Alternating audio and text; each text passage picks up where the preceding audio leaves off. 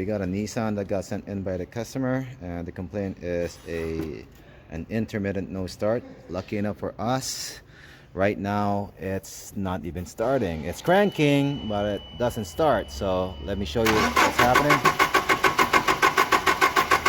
Okay, so right now I don't have doubt that it has compression, just by the way that it sounds when it's cranking. Battery for sure is going to be good. As you can see, the regulator is brand new. From what I've been told by the customer, tune-up was done, including the ignition coils, right? Um, so for sure, I'm not gonna doubt timing just right away. Cranking, mechanical timing should be good because the cranking cadence is even, at least from the sound of it. So that's gonna be not the first thing that I check. So fuel, what I did earlier was try to put in brake clean. It still didn't start. All right, so I know it's not the lack of fuel, maybe the excess of fuel, but not the lack of fuel. But this is what we're gonna do. We're gonna put out one coil. Let's gonna see how the spark looks. So we took out the coil from cylinder number 4. We have a spark tester on it, and I try to crank it and see if we get any spark. Move this a bit. Yeah, it's okay there. Okay. See if we have the spark. It's kind of hard to see. Do it this way. Okay, that should be good. Let's try it again. See if we get any spark out of it. No spark at all. So we're missing spark, and that's the reason why it's not starting. Let me get a better angle at this.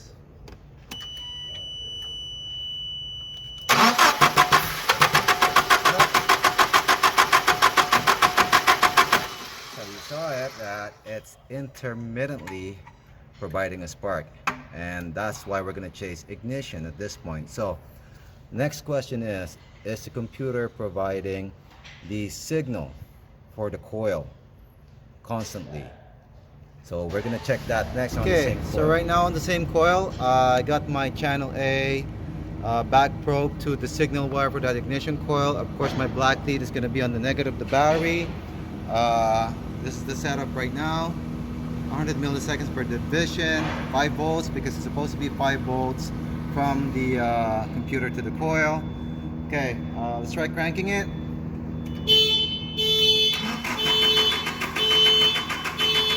Keep cranking. Okay. Okay, I'm gonna clean this up a bit. Okay. Our filtering there. And as you can see, with the filtering going back, no control whatsoever. No control whatsoever. Okay, let's do it one more time. Did you see the spark jump? Okay, let's look at the spark if we jump. Okay, I'm gonna put this on a higher time base, maybe 500 milliseconds per division. Okay, crank it again. Let's see.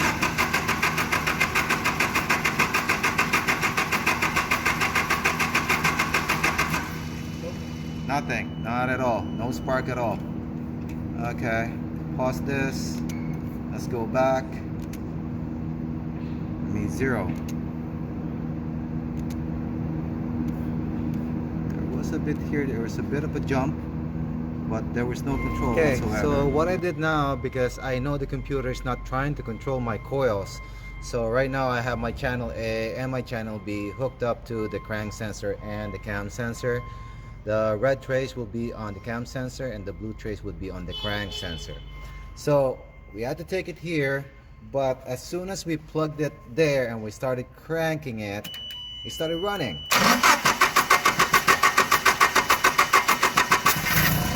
It's a long crank, but it's starting. As you can see, I have the spark now. We only have the spark right there. Okay, let me kill it again. Start it. It's a long crank, but it is starting. So let me play that again. Let me get that signal. Okay, key on. Okay, crank. Okay. I'm gonna keep this running for a sec. Then we're gonna pause that. Okay, kill the engine. So during the long crank, okay, let's look at this first. Let us zoom in and let's look at this part here, right there. So between here and here, that is 720 degrees of rotation. As you can see, my red trace will be the cam. So this is 1, 3, 4, 2, and then it goes back. So this would be cylinder number 1, basing on the firing order 3, 4, 2, right? And this is how it's lined up with the crank sensor. So let's go back when we were trying to crank it. So this is the start, and we were having a long crank here. So let's look at this. So this is 1, and then 3, and then what happened here? Should have been 4, but why did it go here? So let's look at the when it's running again.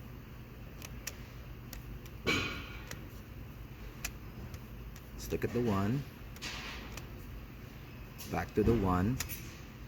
Okay, so you can see from here it goes up.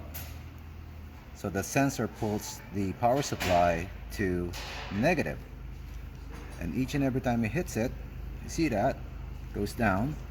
Now let's go back to when it's not, or it's a long crank, to the start of this right here. You see 1, that's 3, and then 4. It should have stayed there, but look at it here. This here should have gone up. Why did it go down when it should have gone down at this end? They put a marker. That sensor, the cam sensor, should not be going down this part. It should have gone down right close to here, but it didn't.